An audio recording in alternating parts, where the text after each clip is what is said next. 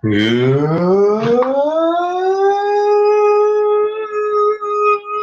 evening, Sports Zonian. How's everybody doing out there tonight? I am Mike Aguilar. I am your host. This is Sports Zone.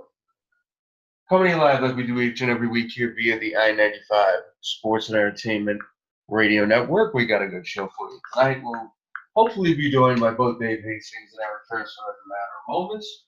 And we got a lot to talk about tonight. We'll probably wind up talking a little bit NBA playoffs. The Warriors, of course, clinched their fifth consecutive trip to the NBA Finals last night, sweeping the Portland Trailblazers in 4 games with victory last night. Now tonight we have Game 4 of the Eastern Conference Finals going on with the Toronto Raptors taking on the Milwaukee Bucks. So we'll probably get into that. Might talk a little football tonight as well. Of course, we go off the air last week, and then the very next day, the Jets continue their dysfunctional ways as they fire their general manager, Mike Maccagnan, mere months after hiring Adam Gase, who, Adam Gase has a little bit of a track record now. He's known for wanting as much control as possible. He was given that for a short while in Miami. Now he comes to the Jets. Maccagnan, who, of course, was retained by the Jets after they fired Todd Bowles, the head coach. Maccagnan came on basically the same time Bowles did. Bowles gets fired first. Maccagnan stays on. He hires Adam Gase. We had heard of some reported friction before the draft. During the draft, it was reported that Maccagnan may get fired that next week, which did not happen. And then last Wednesday, boom, he gets fired. So I think it's stupid if you're going to fire a general manager to do it in May, a month after the draft. You're a month before training camps and everything began. You've picked your roster basically, and now you don't get to see it through. Another general manager will wind up coming in, and I don't know. I mean, it's been said a lot this week. If you're going to fire the guy, you should have fired him back in January when you were firing Bowles. The time to do it is not after you basically let him run the entire offseason. We've heard the rumors that Gase was not a fan of the Le'Veon Bell signing, maybe even the C.J. Mosley signing. Wasn't a fan of bringing any running back in if you had to spend a high price on it. So it's a very weird situation, and supposedly Gase kind of Maccagnan wasn't taking any input from Gase during the draft too, so that whole situation's a little weird. So we got that, and of course we got what's going on in baseball. You have the Yankees rolling through all these injuries. It seems a different guy goes down every day. They get someone back, someone else goes on the disabled list, and it doesn't matter. They just keep on winning. And then you have the Mets, who can't get out of their own damn way for some unknown reason. They did win last night after Brody Van Wagenen and Jeff Wilpon gave Mickey Callaway a vote of confidence that they were not going to fire him.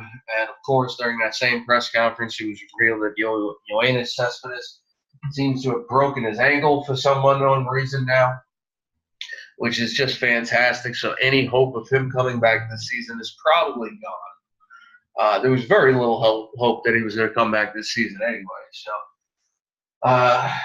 the Mets are a mess right now. They're losing right now 3-1 to the Nationals. Wheeler pitched pretty good for about 5 1/3 innings, but there that goes. So the Mets season is very quickly going off the rails here at about the same time it did last season. So here's the thing. Okay. I'll save my thoughts on the Mets for later, because now, first up on the show, we got Eric Tressler here. Eric, how you doing tonight? I'm even better with a Yankee lead. Oh, are you now? Very nice, very nice. So, you want to start there? You want to talk a little bit about your Yankees, who just keep rolling no matter how many guys go down? Yeah, and then they're going to start getting some guys back. Stanton's starting his rehab assignment. Yep. Judge is took some dry swings today. He is throwing, so he's getting closer to, maybe a week or two away from maybe starting a rehab stint himself. So I think that things are turning in a positive direction. Didi looks like he's, getting closer. You're hearing positive things about him. Yeah, and the team, listen, has been next man up, and they keep performing pretty well. So Frazier, I think, has 2 home runs tonight. They've all just been producing. Well, I think it's funny you say things are turning in the right direction. They were never really turning in the wrong direction. If you look at the way injury-wise. I mean, but here's the miraculous thing with you guys, though. And here's the thing. I'll say this. The Mets always wind up using injuries as an excuse. You guys, it's not like you need any excuses. You just keep bringing guys up. Urshela's been amazing for you guys. Maben has been a great pickup for you guys. Frazier has produced very well. LeMahieu, the fact that they don't have to use him at third base and they can basically use him all around the diamond. Even Kendry Morales, who you guys picked up last week, gets a couple big hits for you guys. So, as always, everything seems to turn up roses for you guys. So, congratulations. I'm giving you the finger right now. You give me the finger, but we'll tell you, we're well on the way to having another good season, and yeah, it's looking good right now. Anything can happen, but right now it's looking good. The pitching's holding up, and even without Paxton, even without Severino, if you were winning into the season, those were the top 2 guys in the rotation probably. Yeah. Maybe you could have made a case for Tanaka too, but you lose the biggest pitching arms that you have, and you've been able to make up for that with guys like Domingo Germán, who pretty much barely made the squad. Yeah. And look at what he's been able to do. I think he's leading the AL in wins right now, and he's pitching well again tonight. So is he up to 7, or would tonight be his 7th win? Tonight may even make 8, if I'm not mistaken. All right. Okay. He's already at 7. Okay. Well, I mean, congratulations. I don't necessarily hate your team. I mean, we know I'm not a Yankee fan, but I can respect what you guys have done. And the fact is, when you guys get everybody back, you're going to have some very interesting choices to make. Obviously, Andujar, he had the surgery. He's done for the season, so Urshela's your third baseman. What do you do with guys like Cameron? I'm gonna throw Maben's name in there because I feel like he's probably, of all the replacements outside of Urshela, Maben's probably been your best replacement. Do you really, if you get Stanton and Judge back, and you got Hicks back now, so if you get Stanton and Judge back now, are you guys quick to just throw him aside, given everything he's done? Yeah, he's probably the first to go. I gotta be honest. Yeah, he's contributed. Well, I think Morales would probably go first. Well, yeah, maybe Morales, but I'm just saying, up high on the list would be Maben. I think he would be gone way before they'd send a guy like Clint Frazier back down to the minors again. Are you sure about that, though? Because then we have the same issue. Right now, Frazier's hitting, like I said, 2 home runs tonight. You're not taking that bat out of the lineup. Yeah, but when you get my only point is when you get Stanton and Judge back, then it becomes the situation of does he really have a place to play unless you move one of them to center field. I'm sorry. Maben's going. And I got to be honest. Gardner to me would be the next one out after everybody gets healthy, and you have I'd have a 4-man outfield rotation of Judge, Stanton, Hicks, and Frazier. That's what I would do. I mean, you really see a universe where they release Gardy mid-season? I can't imagine they do. No, I don't imagine they do that, but he'd almost have to be relegated to a bench role. I'm sorry. It's just he's not hitting the way those guys are hitting. You still need him for his attitude, his enthusiasm, his everything else. But you don't need him for this. There's people out playing him. It's just that simple. So, I think that's why he would probably be the fifth guy, if for me anyway. Now, Boone and the Yankees may feel differently, but that's just my take on it. Fair enough. I want to throw this in about the Mets real quick. Interesting. Oh, by the way, real quick, a correction. Herman's already got 8 wins. This will be 9. Oh, does he now? Okay. Yes, he's 8-1 on the year. All right, fair enough. I'm very shocked. My dad is in the chat right now. So hi, Dad. How you doing? I hope you're good. So I want to say something real quick about the Mets, and we can move on to something else. Because I know what you would say about everything that's gone on with the Mets this week. I know what your thoughts on the Mets were entering the season. You didn't think they'd wind up competing for the division.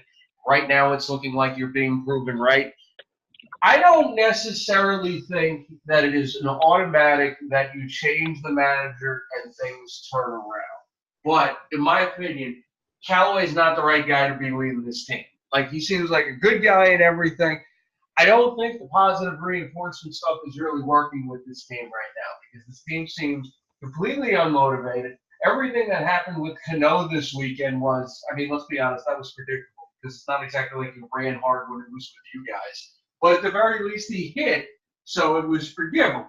Now you got everything that happened with this weekend with the Marlins series. You get swept by the Marlins, that whole deal, and you're still playing Todd Frazier at third base every day.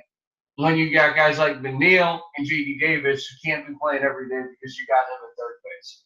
So I would replace Callaway at this point, but I'd also get Todd Frazier the hell out of the freaking Queens right now because he doesn't belong on this team. When you got those two guys who both deserve lineup spots. Hold on, wait. How do you not have a bigger problem with the way Cano played? Zero I do. hustle. No. I do have a problem with that, but I'm saying it's predictable, though. Are you really that surprised by it? Obviously, I have. I'm not surprised by the no hustle because I've seen it with the Yankees. That was my biggest thing about him. That's what I'm saying. Yeah. That's the main reason I didn't want to give him a 10-year contract is because you saw the way he was hustling in his 20s. I can't imagine what he'd be like by the time he was 40. So he just wasn't for us. That's why, I was a little weary when you guys made the move. But then I'm going to throw out a rumor too. I don't know. I'm hearing a coach's name out there, new manager's name for the Mets, and I'm not talking Joe Girardi. Oh, I would love him. I would love Girardi. But go ahead. Yeah, but you can't afford Girardi. You're not going to want to pay Girardi what Girardi wants to be paid. I hate it when you're right, but unfortunately, I agree with you on that. But anyway, who's your name? Come on, this is where the Mets need to go. This is quintessential Mets right here. If you say Wally Bachman, I'm muting you. Wally Bachman, you knew it. Come on. I don't want Wally Bachman. He's prime for the picking. I don't believe Wally. Here's the thing. If Wally Bachman was a legitimate manager, I'm glad you're having fun with this. But you know this. If he was a legitimate managerial candidate, he would have a job. The fact is, it's been 2 years since he left the Mets organization. 2, 3, something like that. I can't remember. Not one Major League Baseball team has even interviewed him for a managerial job. And this is the white knight. Or I should say, this is the drunk knight who's going to save the Mets franchise. Please. I'm glad you get a laugh out of that. But every time I hear Wally Bachman's name, I'm just like, you got to be kidding me. You gotta be kidding. You guys can't afford an actual manager. You can't afford a real manager. I don't know if I agree with that one. I do think Girardi would probably ask for a little too much, but I also don't think salary is the big stickler from keeping a guy like Girardi out of Queens. I think what would be the stickler is that you've said this before, we've said this before. The trend in baseball is for the general manager in the front office to have as much control over the day-to-day operations of the ball club as possible. That's why they put Callaway in. That's why Cashman hired Boone. You really think they'd be able to do that with Joe Girardi? That's why they wouldn't hire him, because they wouldn't want to give him the control of the team. Then they don't want to pay him. Yeah, but I'm saying I think the control is the number one reason, and I think the salary isn't helping anything. Well, I think even if he gave in to the Mets' demands of fine, I'll do it by however you guys want me to do it by, I still don't think the Mets would pay his number. Yeah, well, what is his number, out of curiosity? What would you think his number is? $4 million, $5 million a year. See, I'm sorry. If that's the number, I think they would do that. If he was okay with playing ball with the way they wanted to do things, which I don't think he would be. I don't think he would be one bit. I think they'd pay that number. But I think it's the control factor, and I think that's why he wouldn't take the job. I don't think we're going to agree to disagree here. Yeah, well, we do it every week, so it's okay. It's okay. It's no big deal. We're used to it by now. That's why we get along so well. Anyway, you want to talk about the Jets front office mishaps of the last week? Because it happened right after we went off the air last week, basically. It happened the very next day. So they fire Todd Bowles in January. They keep Mike McCagnon. They hire Adam Gase as the head coach. They go through the whole offseason. They sign Le'Veon Bell. They sign C.J. Mosley. They tried for Anthony Barr. That didn't work out. Then you have the draft. The rumors come out that McCagnon may get fired the next week. They let McCagnon control the draft room for the entire draft. And then last Wednesday, they fire Mike McCagnon. Adam Gase is acting interim general manager, and the front runner for the new position is supposedly Joe Thomas from the Philadelphia Eagles organization. What do you think about this one? I think the Jets are an absolute mess. Yes. Yes. But I think everybody should get ready to put on their tinfoil hats. Oh, you got one of these? All right, let's hear this. Because I am going to go out on a limb here, and it's something that's already been reported, so it's not new. It's not, but it's a theory that's got real legs. Peyton Manning going to be the new guy running the Jets. Well, I mean, we did hear that rumor that they were interested in him over the weekend. I don't think Peyton Manning would ever take the job. I don't think he'd ever come. He was the one who called and recommended Adam Gase for the position. He actually called Chris Johnson on the phone, and Chris Johnson took the advice and hired Adam Gase. Well, here's the thing. Peyton Manning made that happen. I know what you're saying is true. I agree with you on that. My opinion is there's a difference between recommending a head coach and saying, I want to work for your organization.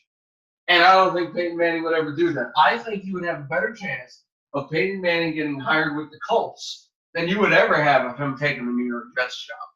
I just don't think that would happen. If you're Peyton Manning, why would you want to take over an organization that has been as horribly managed in the past as the Jets have? They are one of those historic, sad sack teams. I mean, the Jets and the Mets, we know how mismanaged the Mets have been. The Jets are basically the same way. The only good thing this whole thing happened was you guys look a little less dysfunctional right now yourselves. So, Jets coming in takes the attention off of what Gettleman has done for you guys. You guys got that going for you. But this was a total Adam Gase move, though. Adam Gase got McCagnon fired. Oh, yeah. McCagnon never should have been there. See, this whole thing was ass backwards from the start, though, because the Jets started from the wrong place. Of course. You're going to clean house. You clean house, and then you start with the GM and let the GM hire his coach. You don't work backwards. You don't hire the coach and then fire the GM. It's just not the way it works, because now the next GM you're going to bring in, he's got to work well with Gase. Mm-hmm. So you got to kind of almost think that's almost what gives Peyton Manning the edge a little bit. I think it's going to be the Joe Thomas guy from the Eagles. Apparently, they've worked together in other organizations. I think it'll be him. That seems to be his handpicked guy. I think maybe, but I'm just saying, down the road, I wouldn't be shocked. I mean, down the road, the fact is Gase has maybe 2 years in it, because let's be honest, every time the Jets hire a new coach, they go 10-6, they go 11-6, something like that, and then it's straight downhill after the first season. So this guy's only got a 2-year window, and if he don't wind up producing in that second year, there is no down the road. He's going to be up the river. Because that's the way it is with the Jets coach. You've seen how it's going. Yeah, I don't know.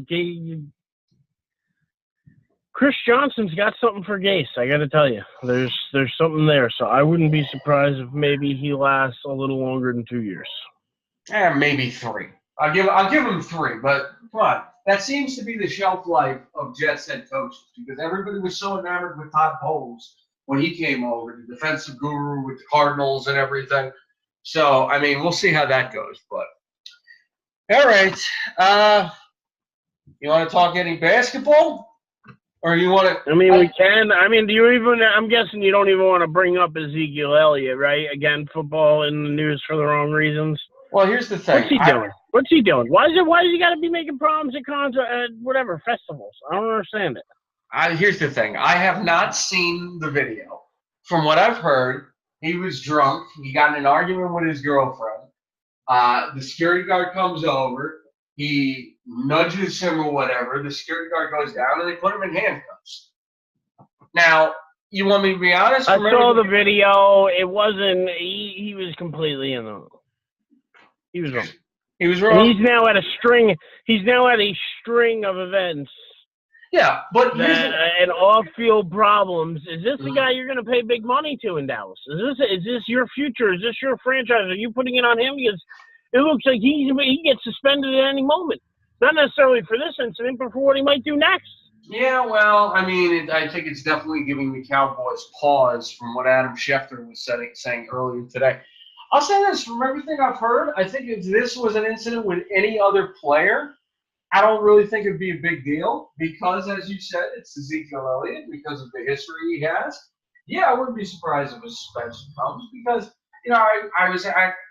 what I've wound up doing because I wind up driving home at like 6:30 now.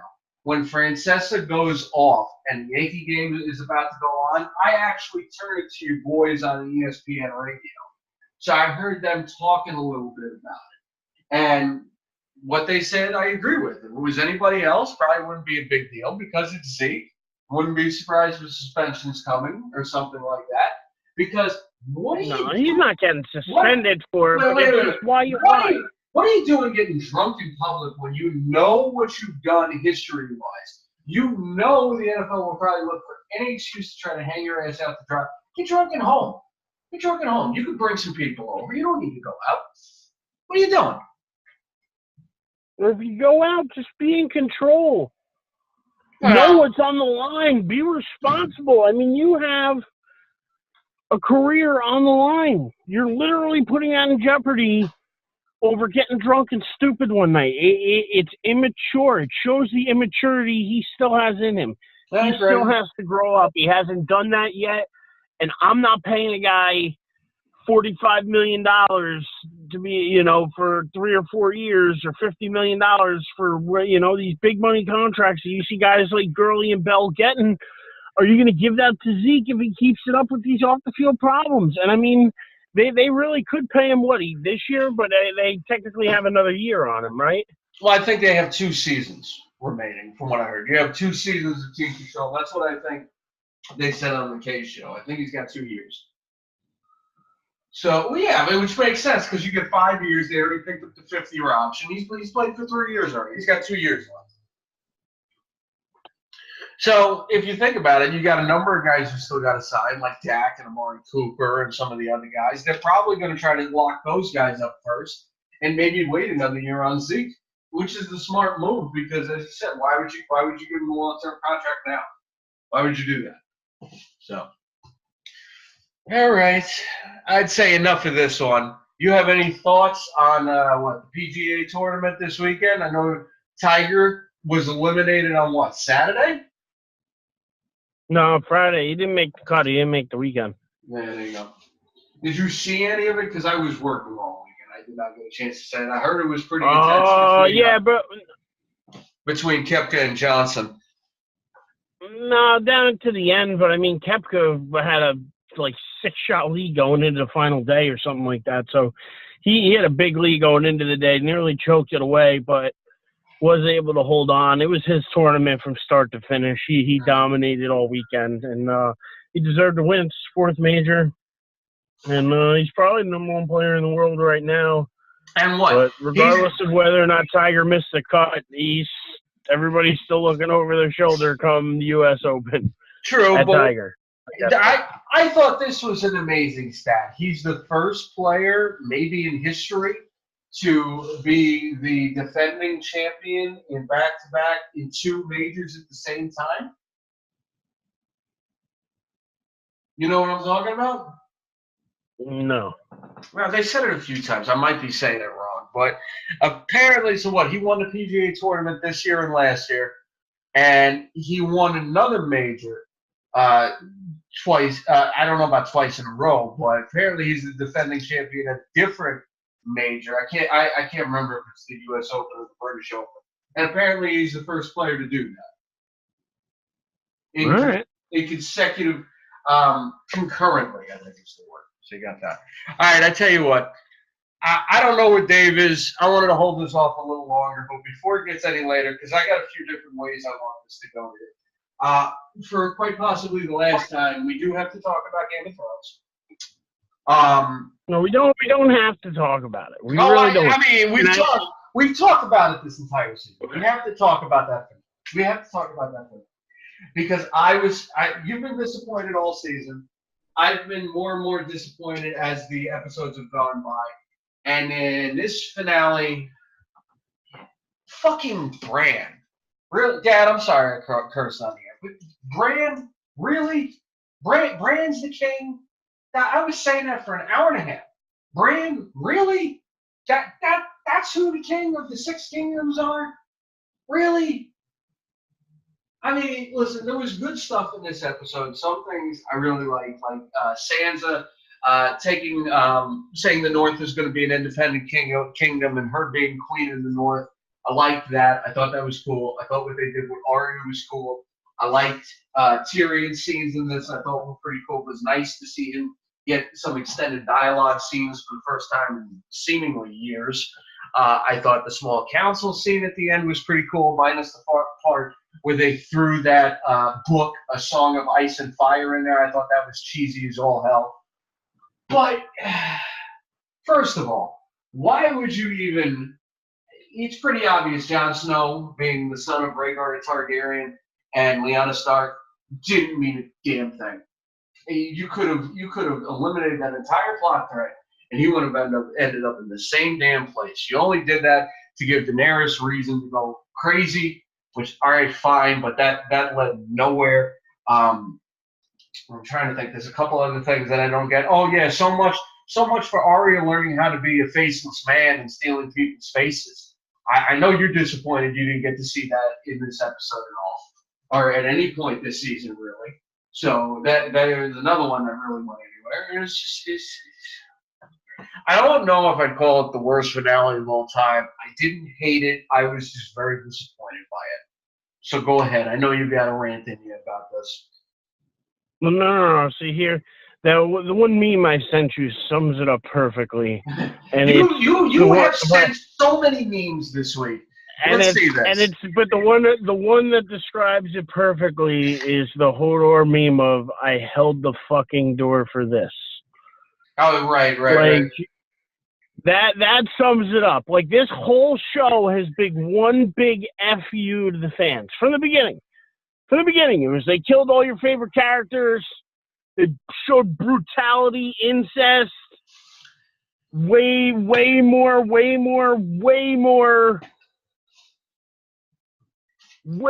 floppy dongs than ever needed to be shown in a TV show. Well, here's the thing. I'm just saying, like, up until this season, there have been none this season, but before this season, oh my God, it's ridiculous. Stop it. But I mean, really, like you said, the storylines didn't get flushed out. We don't know what the hell being a 3-eyed raven and all that nonsense really even means. And then at the end, it kind of seemed like Bran was kind of back to being Bran. He wasn't when for half the season he was like, I'm not Bran anymore. I'm this weird robot 3-eyed raven guy who sits in his chair. Yeah, you did feel weird cryptic messages. By the end, he's like talking and making jokes. It made no sense. Arya, like you said, no sense. You literally have this girl who goes and she's a faceless man. She kills the Night King. None of it matters. She's just like, I want to go see what's west of Westeros. I'm just taking off now. I'm gone. See ya. Peace. I kind of like the idea of Pirate Aria floating around. I kind of like that idea. No, she should have ended up in Storm's End with Gendry. There's no reason for that not to end right. That's not. I'm sorry. I can live with Sansa being Queen of the North. I that little tribal council they had there at the end was just awkward too. All of a sudden they're like, "Oh, okay, we're just gonna vote on it now." We spent centuries murdering each other. But you know what? All the eyes have it. Like, come on, that was so cheesy and weak. I'll tell you this. You want to talk about cheesy? All right. I love the fact that Sansa broke the North away from the Seven Kingdoms, and it's its own independent country. That's great. You're really telling me that when she floats that idea in front of all of them, not one of them be like, well, now we're going to be our own independent country too. You're really telling me Yara Greyjoy from Pike, the Iron Islands, the pirates, wouldn't be like, well, we're going to be our own kingdom too. You're really telling me none of them would have stood up and said that? Yeah, would have just been like, all right, well, we're all just going to be independent now. Screw off. Yeah. Like, it made no sense. Then I mean, there was so much about this, it made no sense. I mean, the people are just disappearing. Who knows where the dragon went? Bran's like, I'm going to go try to find it. But even if you find it, you can't get there because you're in a wheelchair. What is the point of even finding the dragon? It probably flew back towards Valeria somewhere, dropped Dany off in some weird freaking cave. Who knows? It'll probably die somewhere. Nobody will know because they don't flush out any of these stories properly. They're just sailing off to Nath or whatever, the Dothraki and the Unsullied. They're just gone now. They're like, all right, we're done here. Then Jon Snow just gets banished to the north, which I get. That's really what he wanted all along. Everybody, leave me alone and leave me in the north. So I get it. They threw him past the wall. At least he pet the damn dog. At least he pet him. At least Ghost got a pet in this time. There you go. I mean, come on. I really feel like they had to go back and refilm that scene because they're like, listen, if we don't let him pet this dog once, people are going to lose their shit. So I bet you they had a special 5-minute, like, listen, get back in costume. You got to pet this dog real quick because we got to appease somebody. It's like the level of, I mean, there was a water bottle in some scene this week. But, I mean, the level of detail, the writing, everything went straight down the crapper, and it's just one big F you to the fans. Like, everything you love dies. And you see it die in a brutal death from children burning. Like I said, the incest loving, all the weird crap you had to watch, none of it paid off. In the end, everybody lost. Everybody. I don't care who you are. I'm a fan of that show. You lost. Here's the thing. Two points. Okay, here's another one. So Jon Snow kills Daenerys. The dragon takes Daenerys' body. How does anybody know Jon Snow killed Daenerys? That's number one. Number two, Grey Worm finds Jon Snow. For whatever reason, he finds out Daenerys is dead and Jon Snow killed him. You really tell me Grey Worm is letting him live if he's executing Lannisters in the street for no reason? Come on. Why? Oh, wait. By the way, why wouldn't the dragon kill Jon for killing Daenerys? Because he's a Why Targaryen. did he just decide to turn and burn the Iron Throne like it was some symbolic thing? It was a bunch of bullshit. Well, Jon is Targaryen. He could have gotten on that dragon and rode it. He could have done anything other than just say, okay, I'm going back to the north. I'm going to go hang out with Tormund and live with some wildlings. Because that's fun. And my dad is saying in the chat room, I'm in a support group until George R.R. Martin finishes the books. I'm sorry, I don't think he's ever finishing those books. I don't think that's ever happened, to tell you the truth. Because he's been saying he's going to finish them almost 10 years now. I don't think it's happening. Yeah, but the thing is he could flush the characters out more in the books. They rushed these last 2 seasons through. This really should have been like a 10-season show with like 12 episodes a season. At the pace they set this show off at, for the first 5 to 6 seasons of this show, the pace that this show went at, if you would have kept that same pace, this would have been 10 to 12 episodes, 10 episodes a season, and you could have had at least 10 to 12 seasons of it. Well, here's this, they jammed it in. It was too much for the actors. It was too long a stretch of time, and they took too long to film it all. So I think the combination of the actors kind of being like, I want to go play some other roles now, and the rest of the demands, I think, is what killed this show. I think they had to rush the ending, and it really, really hurt this show. I was never a big fan to begin with because they never showed enough White Walkers. They never showed enough dragons. He said, this show's one big F you to me as I watched it every single time. Well, every time. Without a doubt. If I may, I have 2 points, and the second point will actually bring me to the next part I want to go in this discussion. You said they kill everyone, everybody's miserable. Yes, I agree with that. But here's the thing. This is not the first HBO show that has done that. I mean, I was a huge fan of Oz. Oz killed every major main character they could every year. Great last season. Huh. Well, apparently it's not my dad. Apparently it's my mom who's in there the whole time. I don't know why she's coming up as Michael Aguilera if that's my mom. But, okay. And I'm not getting any texts from you. I haven't gotten any texts from you. So I'm really confused right now. But anyway, we're going to keep going. Oz killed off every major character. It took place in a prison. It was miserable, but it was great storytelling the whole time. The Wire killed off every major main character they could. And if you watch that series finale, everybody was miserable by the end of it, but that was a beautiful series finale and one of the best that's ever been on television, in my opinion. It's different in this one because you just felt flat at the end. And I hated the fact that Jon Snow got exiled because as much as he did want to go back up north, I don't think that's the way he really wanted to go. I didn't like that at all. But anyway. None of the prophecies fulfilled. I'll tell you what was a good series finale. Big Bang Theory. I don't know if you're into that show. You watch that show. That was a good series finale. That blew Game of Thrones out of the water in my mind as far as finales go.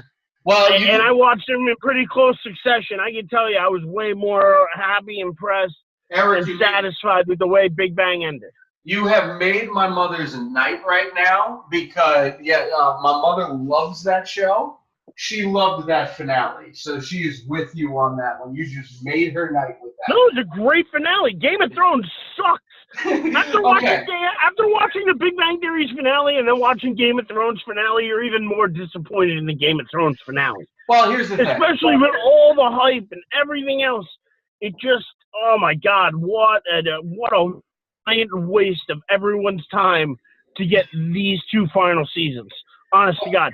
The other first 5 seasons go right in the crapper because of his last season, but it really started in season 7 when they picked the pace up.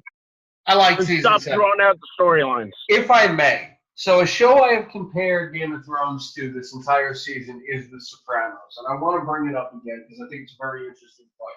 You say this season was rushed.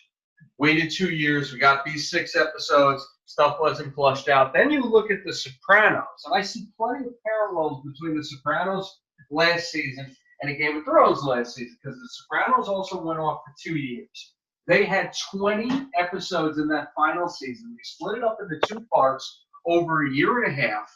And in my opinion, that was one of the worst final seasons I've ever seen in my entire life because the best episode at the end of the day in that final season was the season premiere of season 6. You had maybe 2 really good episodes after that, and then you had 3/4 of a really good episode for this series finale. The rest of the season was just filler, and that is why I never had a problem with the idea of Game of Thrones only wanting 6 episodes and 8 seasons. Because number one, HBO shows don't last that long anyway. Sopranos 6 seasons, Wire 5 seasons, Rome 2 seasons, love Rome. Oz 6 seasons. You can go on down the list. None of them last that long. So that's number one. And then number 2, so this season people felt was rushed, and The Sopranos was all hype and all filler, basically. And then you had those promos each week with the words zooming on the screen real fast. Next episode, shit goes down. Be here. People are going to get fired. And nothing happened that entire season until you got to the series finale. Phil Leotardo gets his head smushed by the car. You think something's about to go down, and then it cuts to black. Now, which season did you like better? Because I don't know the answer. Sopranos, hands down. It's not even a question. Give me The Sopranos. I'll watch that on repeat before I ever watch Game of Thrones last season again. I don't think I'll ever watch Game of Thrones again. I'll never waste another minute of my life on that show. Saw it once, I'm good. I've wasted enough time on it. I might occasionally watch The Sopranos again. I'm out on Game of Thrones. Well, Sorry. listen, Give me The Sopranos all day long. see, I don't know if I necessarily agree with you on that one because I think at the very least, Game of Thrones, you can't say there was filler. In my opinion, they tried. Yeah, the whole first 5 seasons were filler. Apparently, everything they built to was filler. None of it mattered in the end. She took one dragon and killed everybody. None of it mattered. I don't know None of it mattered. I don't know if I necessarily agree with that because here's the thing. At the beginning of this season, you said this earlier, I never looked at this show as one of my top 10 favorite shows of all time. I never did. It was towards the back, maybe top 15, something like that. This season was going to decide whether it deserved to be in that top 10. Now, obviously, this last season don't put it there. But I don't really feel like this season negates how I felt about the previous season. I don't. Because I would still go back. I'll still watch the Battle for the Wall in season 4. I'll still watch the Battle for Blackwater Bay in season 2. Battle of the Bastards season 6. Nothing that happened in this last season is going to negate how I feel about those episodes. I just won't watch any further. None of it mattered, though. If you go back and watch those episodes, none of it mattered. No, none of it. Unfortunately, I'll give you this. None of it mattered for Jon Snow because he's right back where he started. And that's the biggest disappointment for me because that's the most noble character, in my opinion, that's ever been established on television. Loved that guy. Thought he was great. In my opinion, he got done dirty. I did not like the way they handled him in this season. But, I don't know if I could say that Sopranos' final season was better than this one because I just remember being downright bored with parts of that final season. I can't say I was ever really bored with this final season. Oh, I was. Like I said, they bombed it. They didn't care. I think that most of the cast was checked out.